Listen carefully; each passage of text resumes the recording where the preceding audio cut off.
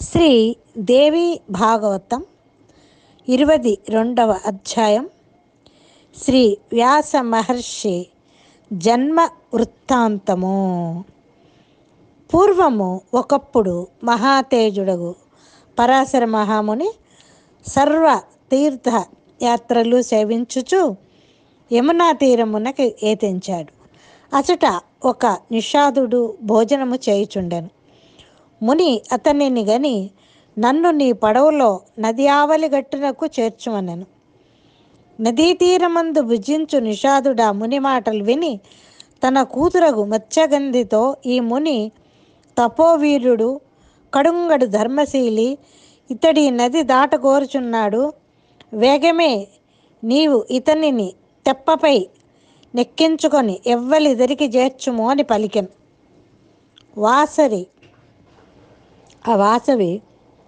ఉపరిచర వసు రాజపుత్రి అన్నమాట. మత్స్యగంధి తన తండ్రి మాటను అనుసరించి మునిప్రవరుని తన పడవలోని ఎక్కించుకొని ముందునకు సాగుచుండెను. దైవయోగమున పరాశరముని ఆ చారులోచనను చూచి కామార్తుడై ఆమెను చేపట్టదలిచి తన దక్షిణ హస్తముతో నా కోమలి కై దమ్మి పట్టుకొనెను. అప్పుడు ఆ ముదిత వలపులో నవ్వలయ సిగ్గులు నిగ్గులు పెదవులపై చిందులాడు, ఓ మునిప్రవరా, నన్ను చేపట్టుట నీకు, నీ కొలమునకు, నీ కులానికి కూడా, నీ తపమునకు, నీ శాస్త్రానికి నన్ను చేపట్టడం అనేది చెప్తోంది. నీకు, నీ కులమునకు, నీ తపమునకు, నీ శాస్త్రమునకు తగునే. నీవు పవిత్ర వశిష్ఠ వంశజుడవు, కులశీల సంపన్నుడవే, ధర్మజ్ఞుడివే. అట్టి నీవే కామావిష్ణుడు వగుట తగునా? ఈ లోకమందు మనుజ జన్మము కడు దుర్లభము. అందను బ్రాహ్మణుడై పుట్టుట మిక్కిలి దుర్లభమని తలంతును. ఓ బ్రాహ్మణ, కులము, శీలము, శాస్త్రము బట్టి చూడగా నీవు ఉత్తముడవు, ధర్మవిధుడవు. అట్టి నీవెక్కడా? ఈ చేపల కంపుదాన నేనెక్కడా? నన్ను తొలిసారిగా చూచినంతలోనే నీకు అనార్యభావం ఎట్లు కలిగెను? ఈ నా మేనిలోనే శుభమును చవిచూడదలచి నన్నే మనసారా చేపట్టదలిచితివి. ఆహా! అంతేకాదు, నీవిప్పుడు కామాతురుడవై నా సమీపమునకే వచ్చుచున్నావు. నీవు స్వధర్మము మరచినావు. ఈ పవిత్రుడగు బ్రాహ్మణుడేమి, ఈతని మందబుద్ధి ఏమి? ఈ నీటి నడుమనే అతడు నన్ను పట్టుచున్నాడు. కామాతురుడగు ఈతని మనస్సును వారించు వారెవరునూ ఇచ్చటలేరు అని పలుకుచూ ఆమె, అయ్యా, ఇంకనూ కొంచెం ఇంద్రియములను కట్టివేయము,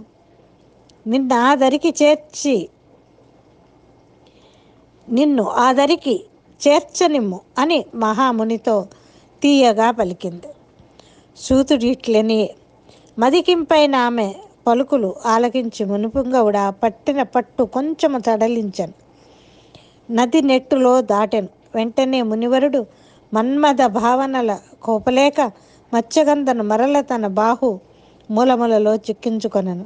ఆమె వణకుచు మునికిట్టెల పలికెను. ఓ మునినాథ, నా నుండి వెడలు దుర్గంధము నీకు రోత పుట్టించుటలేదా? జంట పడుచుల కూడిక సమమైన వయోరూపవంతులతో జరిగిననే సంతృప్తికరముగా నుండును అని ఈ లేమ పలుకుటయే తడవుగా ముని అనుగ్రహమున ఆమె యోజన గంధర మధురాలుగా నందగత్తియగా మారి మరులూరించుచు అనురాగవతిగా మారెను. ఆమెను వెంటనే కస్తూరి పరిమళాలు విరజిమ్మెడి మేని కొత్తదనమున నిగ్గులు చేర్చి ముని తన దక్షిణాస్తంతో ఆమె కుడి చేయి పట్టుకొనెను. అప్పుడు ఆమె మునికిట్లు పలికెను. మునివల్లభ, మన ఈ స్థితిని లోకము చూచును, తీరమందున్న నా తండ్రియు గాంచును. పశుధర్మము దారుణమైనది, నాకది ప్రీతి గల్పదు. కనుక మసక చీకటి పడుదనుక మదిని కొంచెము చిక్కబట్టుకొను. ఈ కలయిక నరులకు రేలగాని పగలు కూడదు గదా. దివా మైథునమతి దోషమని పెద్దలు తలంతురు. దీనివలన లోకమున మనలను వేలెత్తి చూపును అను యుక్తియుక్తములైన ఈమె హితవచనములు దారుడగు మహాముని చౌలారా వినెను. అంత సమర్థుడగు మునీంద్రుడు తన పుణ్యప్రభావమున వేగిరమే మంచు కల్పించెను. ఆ తటమంతయు పొగమంచుచే నిండెను. ఆ మంచు పొగ పెంజీకటిలో ఆయన దట్టమయ్యను. పిమ్మటన ఆమె మృదువుగా నిట్లెనెను. ఓ మునివర్య, నేను కన్యను.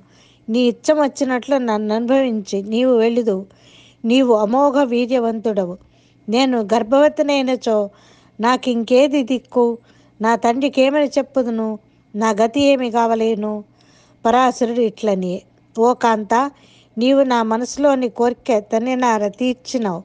నీవు కన్యగానే ఉండు కనుక నేదేని కోరుకొను వరమిత్తును.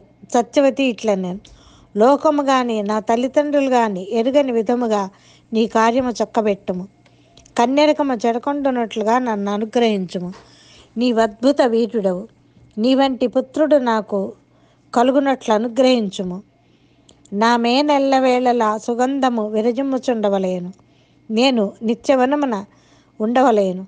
పరాశరుడు ఇట్లని, ఓ సుందరి, నీకు పరమ పవిత్రుడు విష్ణువంశ సంభూతుడు నాకు సుపుత్రుడు జన్మించుచున్నాడు. అతడు ముజ్జగములందును ప్రసిద్ధిగాంచును. ఏదో తెలియని దైవ కారణమున నీ యందు నా మనస్సు సంలగ్నమైనది. ఇంతకు మున్ను నేనెన్నడను మోహమున మునిగి ఎరుగను. అచ్చరల మెరుగు మెచ్చులు కాంచియును వారిని నేనేనాడు కన్నెత్తి అయినా చూడలేదు. ఇప్పుడు దైవయోగమున నిన్ను గన్నంతనే కామవశుడు నీతిని. దీనికేదో తెలియని కారణమున్నదని నమ్ముము. దైవము మాత్రము దాటరానిది. అతి దుర్గంధవతివగు నిన్ను గని నేనేలవలచితినందువేమో వినుము. ఈ శుభముహూర్తమందే మహాపురాణకర్తయగు పుత్రుడు నీకు జన్మించగలడు. ఆ మహాత్ముడు వేదములు విభజించును. ముల్లోకములందు వన్యవాసి కాంచును. సూతుడు ఇట్లనే ఈ విధముగా తనకు వశమైన ఆమెను అనుభవించి యమునా జలములందు అతి శీఘ్రముగా విడిచిపోయాను. ఆ సత్యవతి అదే మూర్తమున గర్భవతి అయ్యను. యమునా తీరమున రెండవ మన్మధుని వలె వెలుగొందుచున్న సత్యోజాతుడకు పుత్రుని గనెను. ఆ పుట్టిన మహా తేజస్సు తన తల్లితో ఇట్లు పలికెను. నా మనస్సు తపము చేయుటకే నిశ్చితమైన తల్లి, నీ ఇష్టమున్న చోటికి నీ వేగుము. నేను తపమాచరింప నరుగుదును. నా వలన నీకేదేని పనియున్నచో నన్ను స్మరించుము. శీఘ్రమే వచ్చి నిన్ను సందర్శింతును. నీవు దిగులు మాని సుఖముండం అని వ్యాసుడు తపమునకేగను. ఆమెయు తన తండ్రి కడికి వెళ్ళింది. ఆమె తన పుత్రుని ఒక దీవిపై ఉంచినందున అతనికి ద్వైపాయనుడు అని పేరు వచ్చను. అతడు విష్ణువంశ సంజాతుడగట వలన పుట్టిన నాటి నుండి దినదిన ప్రవర్ధమానుడయ్యను. అతడు ప్రతి తీర్థము అందు గృంకుచు తపమొనరించుచుండెను. ఈ విధముగా పరాశర మహర్షి వలన సత్యవతికి ద్వైపాయనుడు ఉద్భవించెను. అతడు కలియుగము రాగానే వేద విభజన మనరించి వ్యాధవ్యాసుడని వాసికెక్కెను. శ్రీ మహాభారతేతిహాసమును పురాణ సంహితులను ప్రవచించను. ఈ పురాణాలు మహాభారతేతిహాసాలు పురాణాలను ప్రవచించాడు. అతడు ఆ వేద విభాగములను తన ముఖ్య శిష్యులకు సుమంతుడు, జైమిని పైలుడు, వైశంపాయనుడు, అసితుడు, దేవలుడు, సుకుడు మున్నగు వారలచే అధ్యయనము చేయించను. సూతుడు ఇట్లనియను. ఈ విధముగా మీకన్యు సకారణముగా తెలిపితిని. ఇది సత్యవతి తనయుడు శ్రీ వ్యాసుని జన్మ వృత్తాంతము. ఇటుల మహాత్ముల చరిత్రల కారణములు సుగుణములు గ్రహింపదగినవి. దైవ కారణము వలన చేప కడుపు నుండి సత్యవతి జన్మించినది.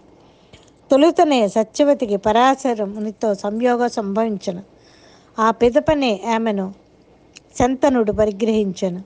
కనుకనే పరాశరుని మది ఆమె యందు మొట్టమొదటనే లగ్నమైనది. ఆ ధర్మాత్ముడగు పరాశరుడు ఆర్యులకు తగని పని ఎలా ఎనర్చును. కనుక నీ